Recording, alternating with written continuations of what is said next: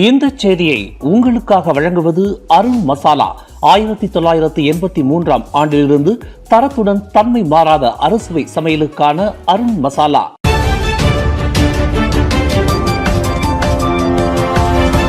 வணக்கம். திசைகளின் ஒரு மணி செய்திகள். சவுதியை விட மலேசியாவில் தற்போது பெட்ரோல் விலை குறைவு.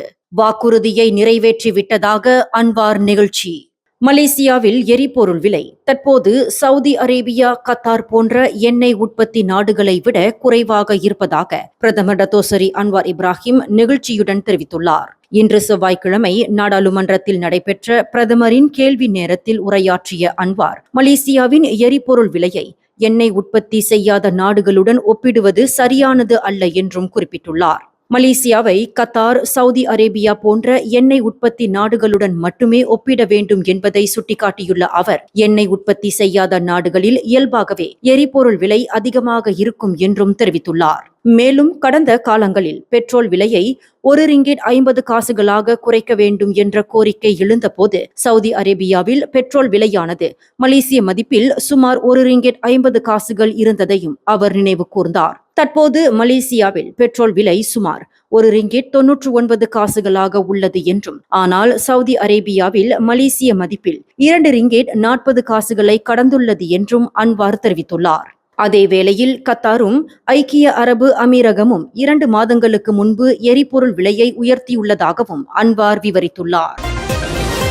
மலேசியாவின் இறையாண்மை மற்றும் தேசிய நலன்களுக்கு எதிரான சித்தாந்தங்களை பரப்பும் தளமாக ஜொஹூர் மாநிலத்தை பயன்படுத்த எந்த அமைப்பையும் அனுமதிக்க மாட்டோம் என அம்மாநில மந்திரி பசார் டத்தோ ஆன் ஹாஃபிஸ் காசி தெரிவித்துள்ளார். ஃபாரஸ்ட் சிட்டியில் அமைந்துள்ள நெட்வொர்க் ஸ்கூல் எனப்படும் இணைந்து வாழும், இணைந்து பணியாற்றும் சமூக அமைப்பை சுற்றி எழுந்துள்ள சர்ச்சைக்கு பதிலளிக்கும் வகையில் அவர் இந்த கருத்தை வெளியிட்டுள்ளார். மேலும் மலேசியாவிற்குள் நுழைய தடை செய்யப்பட்டுள்ள இஸ்ரேலியர்கள் தங்களது 2வது கடப்பிதழை பயன்படுத்தி நாட்டிற்குள் நுழைந்து அந்த அமைப்பில் இடம்பெற்றுள்ளது குறித்து தமக்கு தகவல்கள் கிடைத்திருப்பதாக ஆன் ஹாஃபிஸ் குறிப்பிட்டுள்ளார். இதனையடுத்து உள்துறை அமைச்சு, குடிநுழைவுத்துறை, போலீஸ் மற்றும் சுங்கத்துறை ஆகியவை இணைந்து நெட்வொர்க் ஸ்கூல் அமைப்புடன் தொடர்புடையவர்களின் அடையாளம் மற்றும் குடியுரிமையை உடனடியாக விசாரிக்க வேண்டும் என்று அவர் வலியுறுத்தியுள்ளார். மேலும் அந்த அமைப்புடன் தொடர்புடையவர்கள் வைத்திருக்கும் விசா, கடப்பிதழ்கள் மற்றும் 2வது கடப்பிதழ்கள் உள்ளிட்ட அனைத்து ஆவணங்களும் முழுமையாக சோதிக்கப்பட வேண்டும் என்றும் அவர் தெரிவித்துள்ளார். கடந்த 18 மாதங்களில் மூவார் தொகுதி மக்களுக்கு 6.2 மில்லியனுக்கும் அதிகமான நிதி உதவிகளை வழங்கியுள்ளதாக மூவார் நாடாளுமன்ற உறுப்பினர் ஷேட் சாடிக் ஷேட் அப்துல் ரஹ்மான் தெரிவித்துள்ளார். நாடாளுமன்ற உறுப்பினராக தனது பொறுப்புகளை தொடர்ந்து நிறைவேற்றியபடி மூவார் மக்களுக்காக பல்வேறு உதவி திட்டங்களை அரசாங்கத்திடம் இருந்து பெற்று தருவதாகவும் அவர் குறிப்பிட்டுள்ளார். மேலும் தமது நாடாளுமன்ற பதிவுகளில் 100% வருகை பதிவை தக்க வைத்துள்ளதாக குறிப்பிட்டுள்ள அவர், அனைத்து குழு கூட்டங்களிலும் அரசியலமைப்பு திருத்தங்களிலும் பங்கேற்றதை சுட்டிக்காட்டியுள்ளார். வணிக முயற்சிகளிலும் பொழுதுபோக்கு துறையிலும் ஈடுபட்டு வருவதால் அரசியல்வாதியாக அவரது மதிப்பு குறைந்து விட்டதாக முன்வைக்கப்பட்ட குற்றச்சாட்டுகளுக்கு பதிலளிக்கும் வகையில் புத்ராஜயாவில் நீதிமன்ற வளாகத்தில் நேற்று செய்தியாளர்களிடம் ஷேட் சாடிக் இதனை தெரிவித்துள்ளார். அதேவேளையில் கடந்த 6 ஆண்டு கால அரசியல் பயணத்தில் பல கடினமான முடிவுகளை எடுக்க வேண்டியிருந்ததாகவும், உயர்நீதிமன்றம் தண்டனை விதித்ததை தொடர்ந்து மூடா கட்சியின் தலைவர் பதவியிலிருந்து விலகியதும் அவற்றில் ஒன்றாகும் என்றும் ஷேட் சாடிக் குறிப்பிட்டுள்ளார். ஊழல் குற்றச்சாட்டில் கடந்த 3 ஆண்டுகளாக சட்ட போராட்டத்தை எதிர்நோக்கியிருந்த ஷேட் சாடிக்கின் விடுதலை தொடர்பான அப்பீல் நீதிமன்ற தீர்ப்பை கூட்டரசு நீதிமன்றம் நேற்று உறுதி செய்து அவரை வழக்கிலிருந்து விடுவித்தது குறிப்பிடத்தக்கது.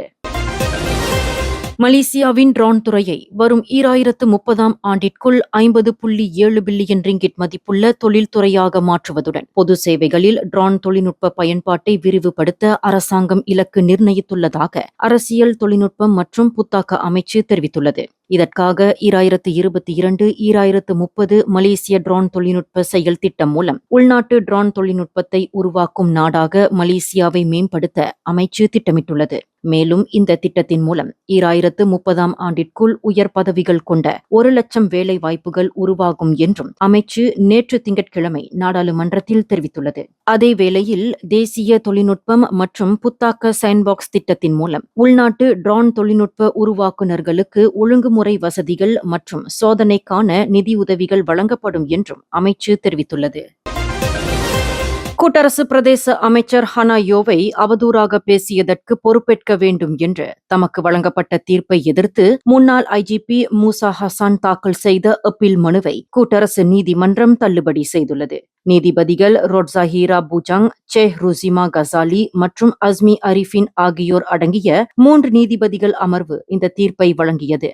இந்த அப்பீல் வழக்கில் மூசா ஹசான் முன்வைத்த 9 சட்ட கேள்விகளும் கூட்டரசு நீதிமன்றம் பரிசீலிக்க வேண்டிய முக்கிய சட்ட அம்சங்களை உள்ளடக்கியதாக இல்லை என்பதால் இந்த அப்பீல் மனுவிற்கு அனுமதி வழங்க முடியாது என்றும் நீதிமன்றம் தெரிவித்துள்ளது.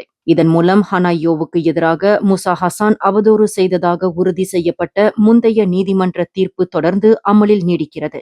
அதன்படி ஹனாயோவுக்கு 2,50,000 ரிங்கிட் இழப்பீடோடு 50,000 ரிங்கிட் வழக்கு செலவையும் சேர்த்து மொத்தம் 3 லட்சம் ரிங்கிட்டை மூசா ஹசான் செலுத்த வேண்டும். கடந்த 2020ஆம் ஆண்டு ஹனாயோ மலேசியாவை கிறிஸ்தவ நாடாக மாற்ற முயற்சிக்கிறார் என்று மூசா ஹசான் பொதுவெளியில் வெளியிட்ட கருத்திற்காக இந்த அவதூறு வழக்கு தொடரப்பட்டது குறிப்பிடத்தக்கது. பட்டவத் தமான் பகான் பகுதியில் உள்ள வீடு ஒன்றின் பொருட்கள் சேமிப்பு அறையில் கண்டெடுக்கப்பட்ட 2 பயிற்சி சிறு பீரங்கி குண்டுகள் வெடிக்கும் தன்மையற்றவை என்றும் அதனால் பொதுமக்களுக்கு எந்த ஆபத்தும் இல்லை என்றும் போலீசார் உறுதிப்படுத்தியுள்ளனர்.